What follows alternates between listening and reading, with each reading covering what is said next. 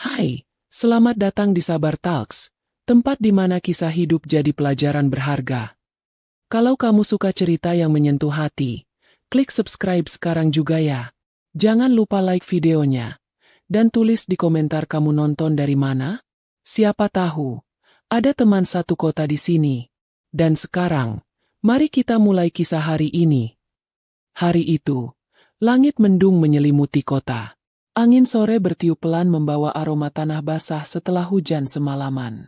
Di tengah hiruk-pikuk pasar tradisional, Naila tergesa-gesa menyusuri gang sempit sambil menenteng tas berisi bahan makanan. Uang di dompetnya tinggal sisa terakhir yang ia kumpulkan dari hasil mengajar di taman kanak-kanak kecil di pinggir kota. Ia harus hemat, karena ibunya yang sakit semakin membutuhkan pengobatan rutin. Tanpa sadar, dompetnya terjatuh saat ia buru-buru menghindari genangan air. Ia tak menyadari itu hingga seorang pria berjas hitam yang tampak asing memanggil dari belakang. "Maaf, ini dompetmu." Naila menoleh, dan pandangannya langsung bertemu dengan sorot mata pria itu. Matanya tajam, namun menyimpan luka yang sulit dijelaskan. Ia tampak lebih seperti seseorang yang baru saja kehilangan sesuatu yang sangat berharga. "Oh, iya. Terima kasih banyak," jawab Naila gugup sambil menerimanya. Pria itu hanya mengangguk pelan lalu pergi tanpa mengucapkan apa-apa lagi. Naila sempat menatap punggungnya sampai menghilang di keramaian. Ada rasa aneh yang mengendap di benaknya, seolah ia baru saja berpapasan dengan sesuatu yang tidak biasa. Beberapa hari berlalu. Naila kembali ke rutinitasnya, mengajar, merawat ibunya, dan menyulam mimpi-mimpi kecil yang tak pernah berani ia harapkan terjadi. Hidupnya sederhana dan penuh keterbatasan. Tapi sore itu, kejadian yang mengubah segalanya pun terjadi. Seseorang datang ke rumah kontrakan kecil mereka. Ia berdiri di depan pagar dengan tenang, mengenakan setelan formal, dan wajah yang familiar. "Permisi, saya mencari Naila," katanya sopan kepada tetangga sebelah. Naila yang sedang memandikan ibunya, buru-buru keluar. Hatinya berdegup kencang saat melihat pria yang menolongnya di pasar kini berdiri di depan rumahnya. "Ada apa ya?" tanyanya pelan, berusaha sopan. Pria itu memperkenalkan diri. Namanya Revan. Ia adalah seorang pengusaha sukses yang memiliki beberapa cabang butik dan kafe di kota. Tapi bukan itu yang membuat Naila gemetar, melainkan kalimat yang keluar dari mulut Revan setelahnya. "Aku tahu ini tiba-tiba, tapi aku ingin melamarmu." Dunia Naila seakan berhenti berputar. Ia menatap pria di hadapannya dengan ekspresi bingung. Ibunya yang mendengar dari dalam rumah pun sempat keluar meski tubuhnya lemah. "Melamar? Kau baru bertemu Naila sekali di pasar," ujar ibunya. "Aku tahu ini terdengar gila. Tapi aku sudah menyelidiki tentang Naila. Aku tahu dia wanita baik, pekerja keras, dan tulus. Aku ingin menikah dengannya." Naila hanya bisa diam. Hatinya berdesir tak karuan. Apakah ini jebakan? Apakah dia pria gila? Atau ini bagian dari sebuah lelucon aneh? Namun Revan tak menunjukkan tanda-tanda mempermainkannya. Wajahnya serius, suaranya tenang, dan tatapan matanya penuh keyakinan. Malam itu, Naila dan ibunya berdiskusi panjang. Sang ibu menatap anak gadisnya dengan mata berkaca-kaca. "Dia memang aneh, Naila. Tapi, aku takut umur ibu tak panjang. Kalau benar dia serius dan bisa menjagamu, kenapa tidak dipertimbangkan?" Naila tak menjawab. Hatinya penuh pertanyaan. Ia tahu ini terlalu cepat. Tapi saat mengingat biaya rumah sakit yang terus membengkak dan kenyataan bahwa hidup mereka tak kunjung membaik, Naila pun akhirnya memutuskan untuk mengambil langkah gila itu. Beberapa hari kemudian, mereka menikah. Tanpa pesta, tanpa gaun mewah, hanya ijab kabul yang disaksikan penghulu dan beberapa saksi. Revan membawanya ke rumah megah yang terasa terlalu besar bagi Naila. Namun sejak awal pernikahan mereka, Naila mulai merasakan ada yang tak biasa. Revan begitu sopan dan baik, namun juga sangat dingin. Ia tidak menyentuhnya, bahkan nyaris tidak berbicara kecuali hal-hal penting. Malam pertama mereka, Naila duduk di sisi ranjang sementara Revan membaca dokumen di meja kerja dalam kamar. Setelah beberapa menit sunyi, ia hanya berkata pelan, "Kalau kamu butuh apa-apa, panggil aku. Kamar sebelah kosong. Kamu bisa tidur di sana." Tanpa menunggu jawaban, Revan pun keluar dari kamar, meninggalkan Naila duduk sendirian dalam gaun pengantin sederhana yang masih ia kenakan. Malam itu Naila menangis. Bukan karena sedih, tapi karena takut. Ada sesuatu yang tidak bisa ia mengerti. Sesuatu yang menyesakkan, tapi belum bisa ia ungkapkan dengan kata-kata. Dan esoknya, misteri itu mulai menunjukkan wajahnya. Saat berjalan menyusuri lorong rumah, Naila menemukan sebuah ruangan yang tidak terkunci. Di dalamnya, terpajang banyak bingkai foto. Semua berisi wajah seorang wanita muda, cantik, anggun, dan sangat mirip dirinya. Naila berdiri terpaku di depan salah satu foto. Dalam hati ia bergumam pelan. "Siapa dia?" Lalu dari belakang, suara Revan terdengar dingin dan dalam. "Itu Dinda, istriku yang sudah meninggal." Naila menoleh perlahan. Untuk pertama kalinya, ia melihat Revan menunjukkan ekspresi sedih yang sesungguhnya. Dan untuk pertama kalinya juga, Naila mulai merasa bahwa dirinya bukanlah Naila di mata pria itu. Ia adalah seseorang yang wajahnya mengingatkan Revan pada cinta yang telah pergi selamanya. Naila menunduk. Ruangan itu terasa dingin, meski tak ada pendingin udara menyala. Potret-potret wanita bernama Dinda menatapnya dari berbagai sudut, membuat Naila seolah menjadi asing di rumah suaminya sendiri. Revan melangkah pelan, berdiri tepat di sampingnya. Ia menatap foto-foto itu dengan tatapan sendu, bukan seperti seseorang yang sedang bernostalgia, tapi seperti seseorang yang belum bisa melepaskan. "Dia meninggal 2 tahun lalu," ucapnya lirih. "Aku belum pernah masuk ruangan ini sejak pemakamannya. Tapi entah kenapa begitu melihatmu pertama kali di pasar, aku seperti melihat Dinda hidup kembali." Naila terdiam. Dadanya sesak, lidahnya keluh. Ia tak tahu harus berkata apa. "Kau mirip sekali dengannya," lanjut Revan. "Tapi bukan cuma wajahmu. Cara kamu bicara, caramu menunduk seperti itu, semuanya." Tatapan Revan beralih padanya. Mata itu dalam, namun bukan untuknya. Naila bisa merasakannya. Tatapan itu milik orang lain. Malam itu, setelah makan malam yang sunyi, Naila duduk di tepi ranjang kamarnya yang besar dan sunyi. Rumah megah ini bagaikan museum kenangan yang tak pernah mati. Setiap sudut menyimpan jejak Dinda. Gorden yang katanya tak boleh diganti. Lukisan di ruang tamu yang Dinda pilih sendiri. Bahkan gelas teh favorit yang dilarang dibuang. Semua milik Dinda. Termasuk, mungkin, tempat di hati Revan. Naila tidak menangis. Tapi di dalam hatinya, suara lirih mulai tumbuh. Kalau aku bukan Naila di matanya, siapa aku sebenarnya? Hari-hari setelah pernikahan mereka berjalan seperti rutinitas tanpa gairah. Revan berangkat pagi-pagi sekali, pulang malam dengan mata lelah dan bahu berat. Tak banyak bicara, tak banyak tanya. Ia memperlakukan Naila dengan sopan, bahkan terlalu sopan, seolah Naila adalah tamu yang tak boleh disentuh, tak boleh didekati terlalu jauh. Saat malam tiba, suara langkah kaki Revan selalu berhenti di depan pintu kamar Naila. Ia akan berdiri sebentar, lalu melangkah pergi ke kamar pribadinya di lantai 2. Naila mulai menghitung waktu dari suara langkah itu. 5 detik, 10 detik, lalu hilang. Ia berharap, setidaknya sekali saja Revan membuka pintu dan menatapnya bukan sebagai Dinda, tapi sebagai istri sah yang ada di hadapannya sekarang. Tapi harapan itu tak pernah datang. Suatu malam, Naila terbangun karena suara gaduh di ruang tengah. Ia turun dari kamar dengan langkah pelan, dan mendapati Revan duduk sendiri di sofa, dengan botol wine terbuka dan gelas hampir kosong di tangannya. Ia tampak mabuk, matanya sembab, dan bibirnya bergetar. "Dinda," bisiknya pelan. Naila membeku di tangga. Ia tahu itu bukan tempatnya.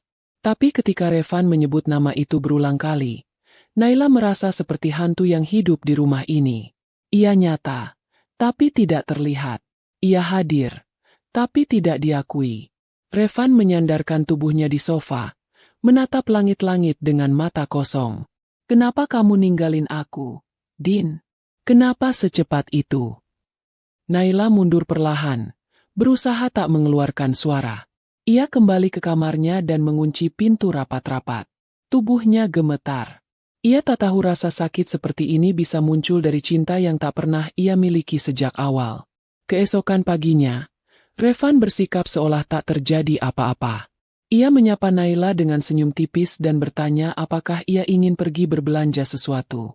Naila hanya menjawab singkat, "Tidak, terima kasih." Ia tak ingin bersikap kasar. Tapi luka di dalam hatinya tak bisa diabaikan begitu saja. Hari-hari berikutnya Naila mencoba menyesuaikan diri. Ia membersihkan rumah, memasak, bahkan mencoba menulis ulang dekorasi meja makan agar lebih hangat. Tapi setiap kali ia menyentuh sesuatu, Revan akan berkata, "Jangan ubah itu." Dinda yang menatanya begitu. Naila mulai merasa terjebak dalam rumah yang bukan miliknya, dan dalam pernikahan yang tak pernah menginginkannya utuh. Sampai pada suatu sore, saat Naila sedang menyiram tanaman di halaman, seorang wanita datang mengendarai mobil hitam. Ia turun dan melangkah angkuh ke arah pintu depan. "Revan ada?" tanyanya tanpa basa-basi. Naila mengangguk sopan. "Masuk saja, saya panggilkan." Wanita itu menatapnya dari atas ke bawah dengan ekspresi sinis. Lalu tersenyum miring. "Jadi ini istri barunya?" Sebelum Naila menjawab, Revan muncul dari balik pintu. "Dira, jangan macam-macam," kata Revan cepat. Suaranya berubah dingin. Dira mendengus. "Aku hanya ingin memastikan. Katamu kau tak ingin menikah lagi. Tapi ternyata, kau menemukan pengganti yang cocok, ya?" Naila menatap keduanya bergantian. Kata-kata, pengganti, itu menampar hatinya lebih keras dari yang ia kira. Revan menatap Dira tajam. Dia bukan pengganti siapa-siapa. Tapi Naila tahu, itu kebohongan. Malam itu, Naila menatap wajahnya di cermin. Ia menyentuh pipinya, mengamati sorot matanya sendiri. Lalu mengambil foto Dinda dari kamar Revan dan menatapnya lekat-lekat. Terlalu mirip. Bahkan guratan wajah, alis, dan garis senyumnya pun nyaris sama. Apakah itu alasan Revan tak pernah menyentuhnya? Karena menyentuhnya akan seperti menyentuh hantu masa lalu? Air mata Naila jatuh pelan. Bukan karena cemburu, tapi karena ia mulai sadar mungkin sejak awal, dirinya bukan benar-benar dibutuhkan. Hanya dikenang, hanya dimiripkan, bukan dicintai. Beberapa hari setelah peristiwa itu, Naila menerima telepon dari rumah sakit. Ibunya kembali dilarikan karena sesak napas. Revan, yang saat itu sedang rapat, hanya sempat mengantar hingga parkiran. "Aku harus kembali ke kantor. Tapi kabari aku kalau sudah ada perkembangan," ucapnya. Naila hanya mengangguk. Tapi di dalam hati, ia tak berharap lagi. Di ruang rawat, ibunya terbaring lemah. Nafasnya pendek-pendek, dan matanya tak secerah dulu. "Naila," ucap ibunya pelan. "Kamu bahagia, Nak?"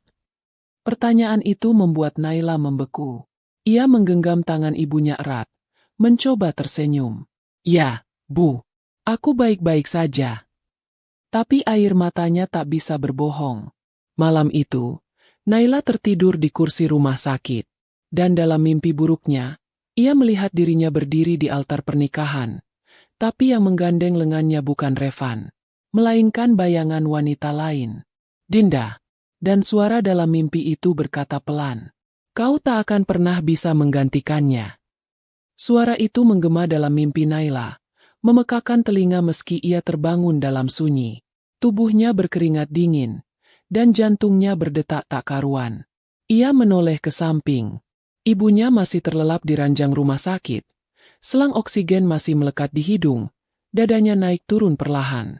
Naila berdiri, berjalan ke balkon kecil di ujung lorong. Angin pagi menyapa wajahnya, namun udara segar pun tak mampu menyapu rasa sesak di dadanya. Ia menatap langit yang masih gelap, bertanya dalam hati, sampai kapan aku bisa bertahan menjadi bayangan seseorang yang tak bisa kembali? Ketika Revan akhirnya datang menjelang siang, Ia membawa sekotak makanan dan beberapa buah tangan untuk ibunya Naila. Senyumnya tipis, rautnya letih, tapi hangat. "Aku tadi mampir ke toko kue langgananmu, Bu," katanya pelan. "Semoga masih suka."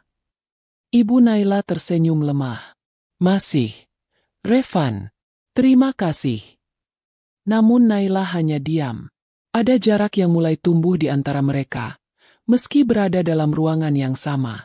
Revan mencoba mengajaknya bicara, tapi Naila hanya menjawab dengan anggukan atau gumaman pelan. Ia tidak ingin bersikap dingin, tapi perasaannya sudah terlalu penuh untuk bisa berpura-pura ramah. Beberapa hari kemudian, ibunya diperbolehkan pulang. Revan menyetir mobilnya pelan sepanjang jalan pulang. Tak ada musik di dalam mobil. Tak ada percakapan. Hanya deru AC dan detak jam digital dashboard yang menemani keheningan. Sampai akhirnya, Revan memecah sunyi. "Kau marah padaku?" Naila menatap keluar jendela. "Tidak." "Kau berubah," katanya lagi. "Sejak hari itu, kau berbeda." Naila menarik napas dalam. Hatinya berteriak, ingin berkata, "Karena aku mulai menyadari aku tak benar-benar hidup di sisimu. Aku hanya berdiri di balik bayang-bayang perempuan yang sudah mati." Tapi mulutnya keluh. Ia hanya berkata pelan, "Mungkin aku hanya lelah." Setiba di rumah, Revan kembali ke kamarnya di lantai atas. Naila masuk ke ruang tamu yang kini terasa lebih asing dari sebelumnya. Ia duduk di sofa, memandangi bingkai-bingkai foto yang entah mengapa tak bisa ia lewati begitu saja. Salah satu foto menampilkan Revan dan Dinda sedang tertawa di taman. Dinda bersandar di bahu Revan, senyumnya cerah. Naila memperhatikan bagaimana Revan menatap Dinda di foto itu. Pandangan yang lembut, penuh cinta, dan utuh. Pandangan yang belum pernah ia dapatkan.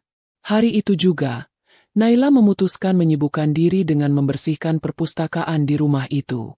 Sebuah ruangan yang dipenuhi rak tinggi, debu, dan puluhan bahkan ratusan buku yang tersusun rapi. Mungkin di sana, pikir Naila, ia bisa mengalihkan pikirannya. Saat ia membersihkan rak bagian bawah, matanya tertumbuk pada sebuah buku bercover kulit usang.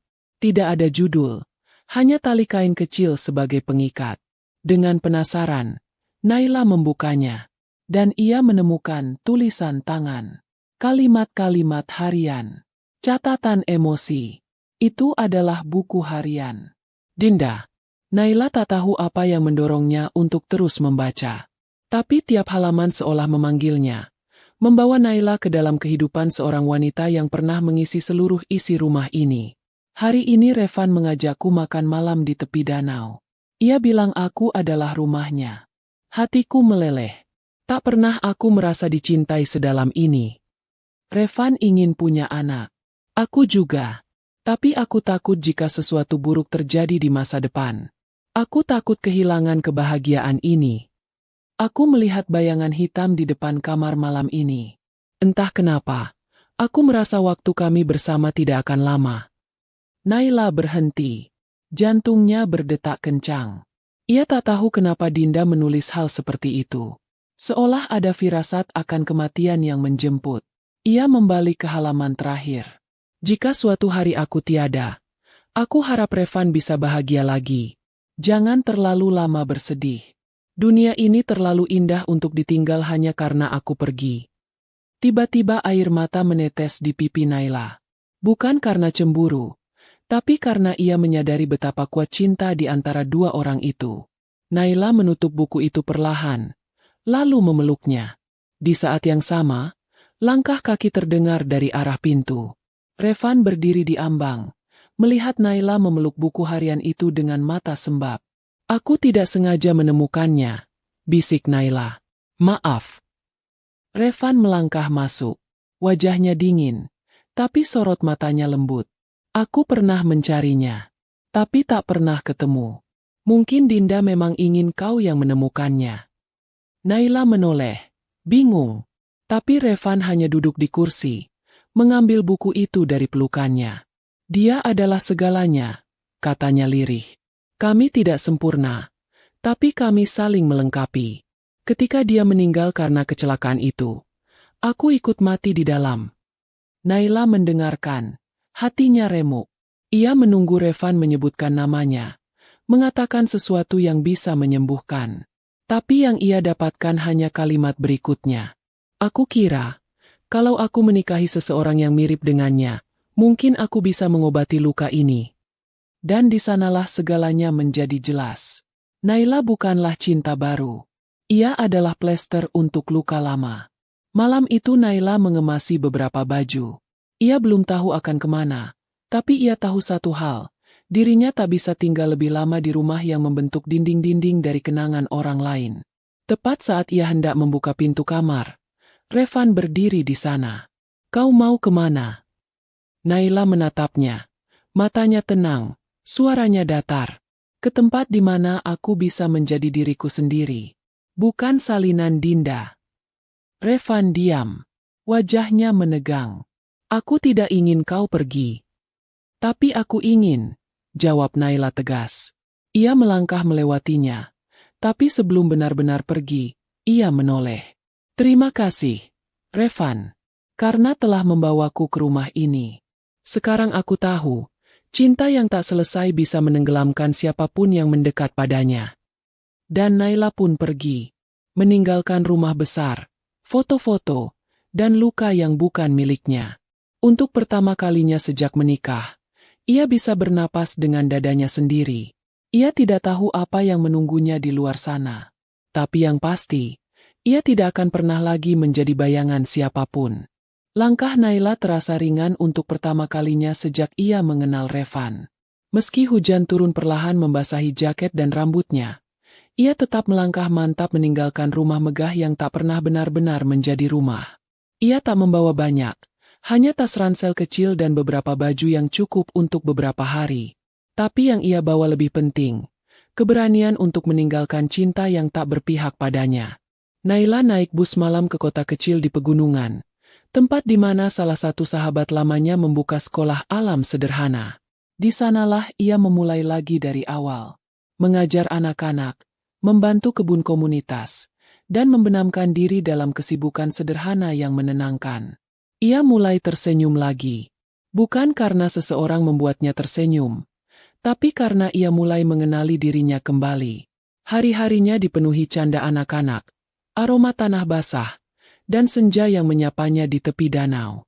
Untuk pertama kalinya sejak pernikahan yang tergesa, Naila merasa hidup bukan dalam bayangan orang lain, melainkan dalam cahaya kecil yang ia nyalakan sendiri.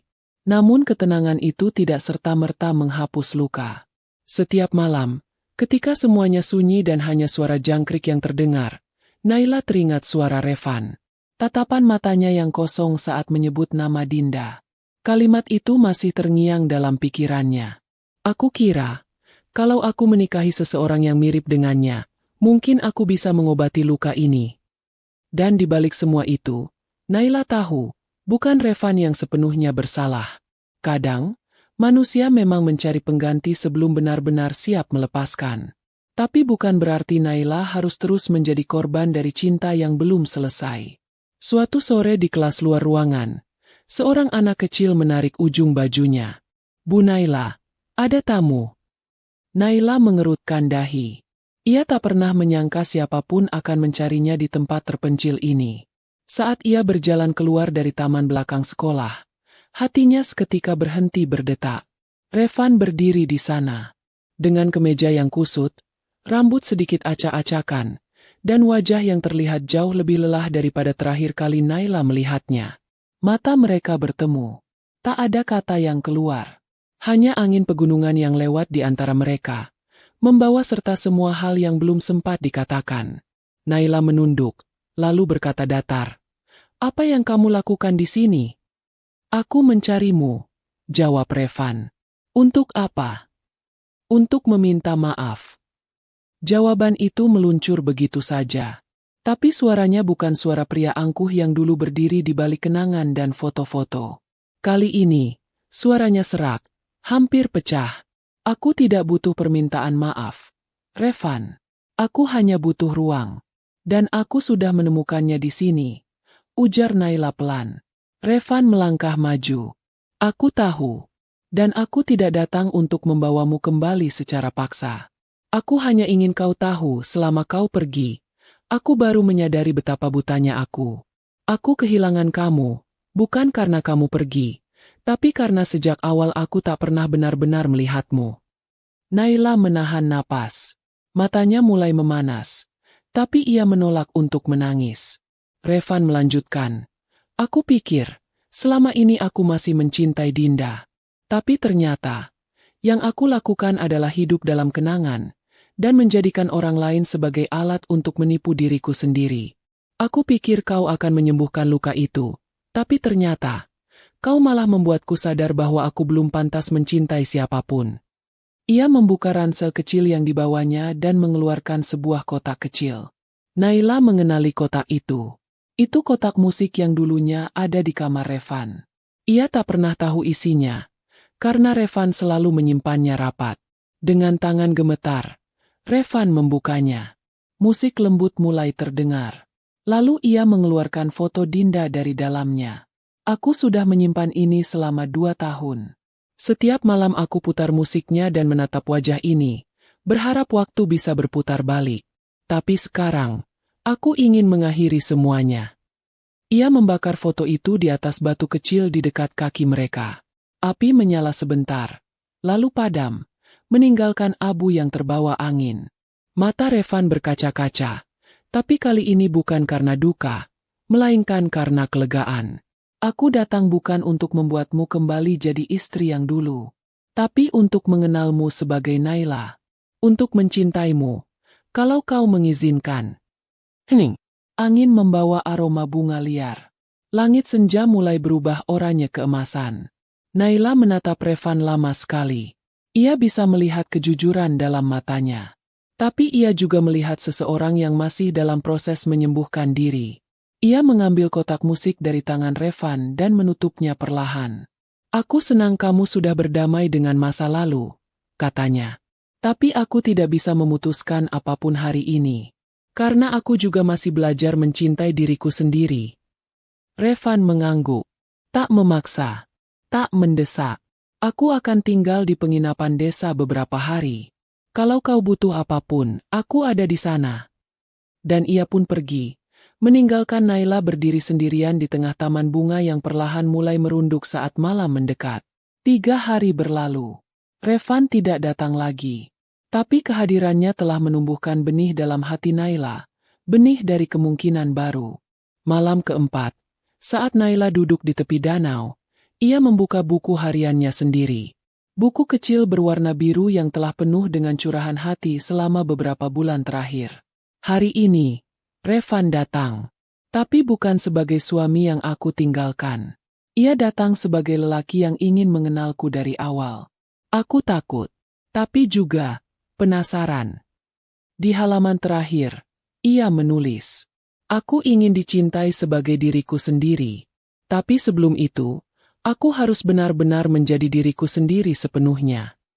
Esoknya, saat matahari menyapa bukit-bukit dengan cahaya emasnya, Naila berdiri di depan penginapan kecil di tengah desa.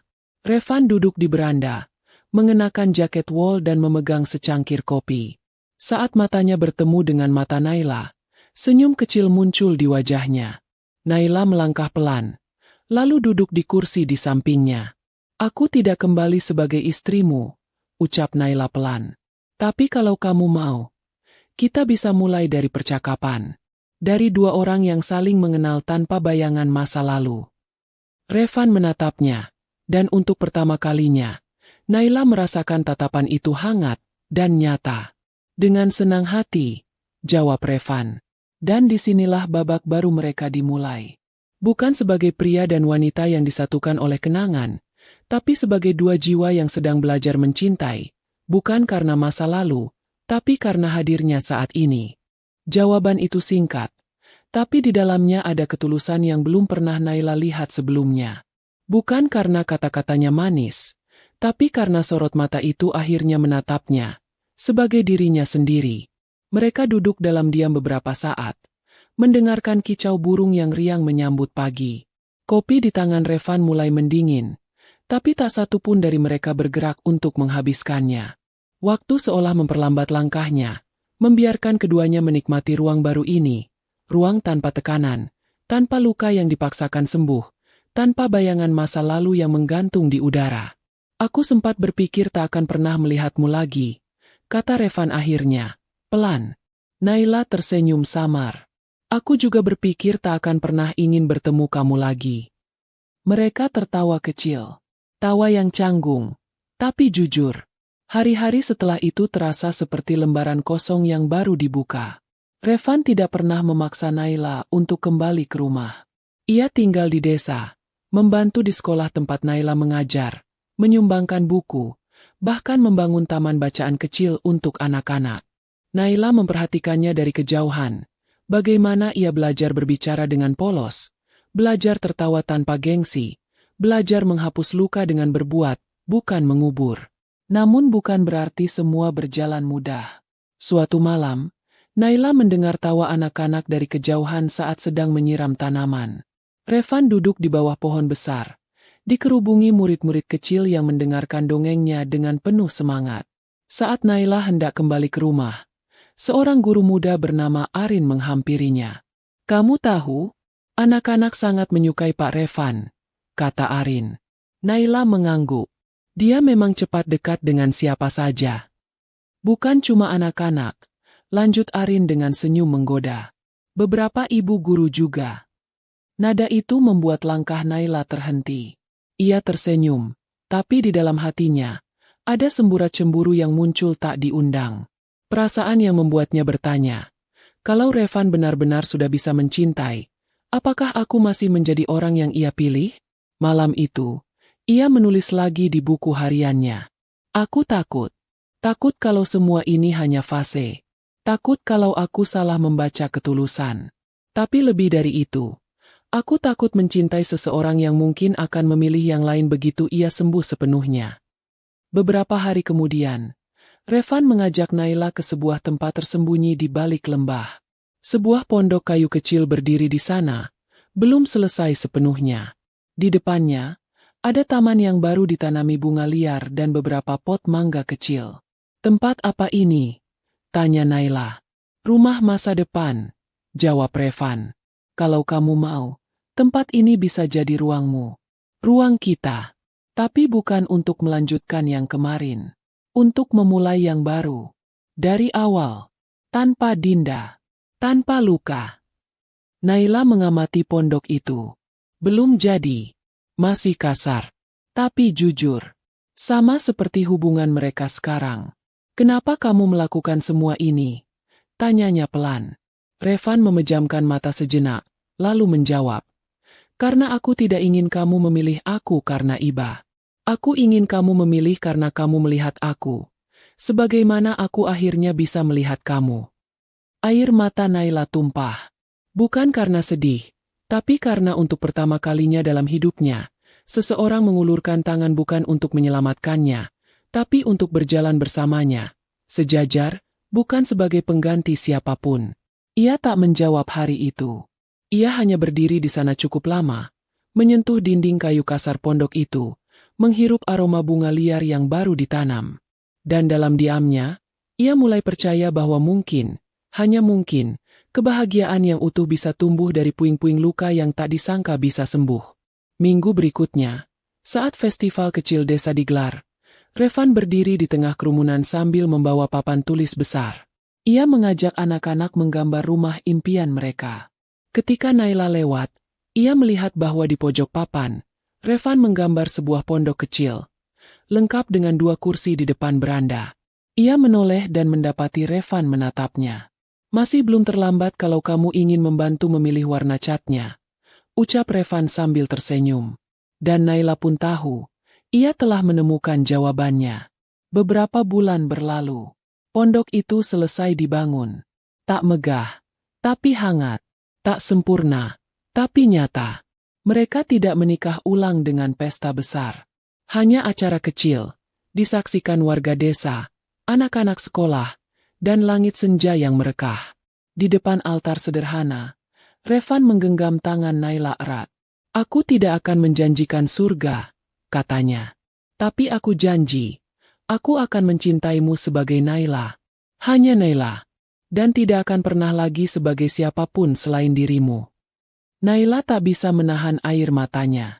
Bukan karena luka, tapi karena akhirnya, seseorang melihatnya, utuh, tanpa bayang-bayang, tanpa perbandingan.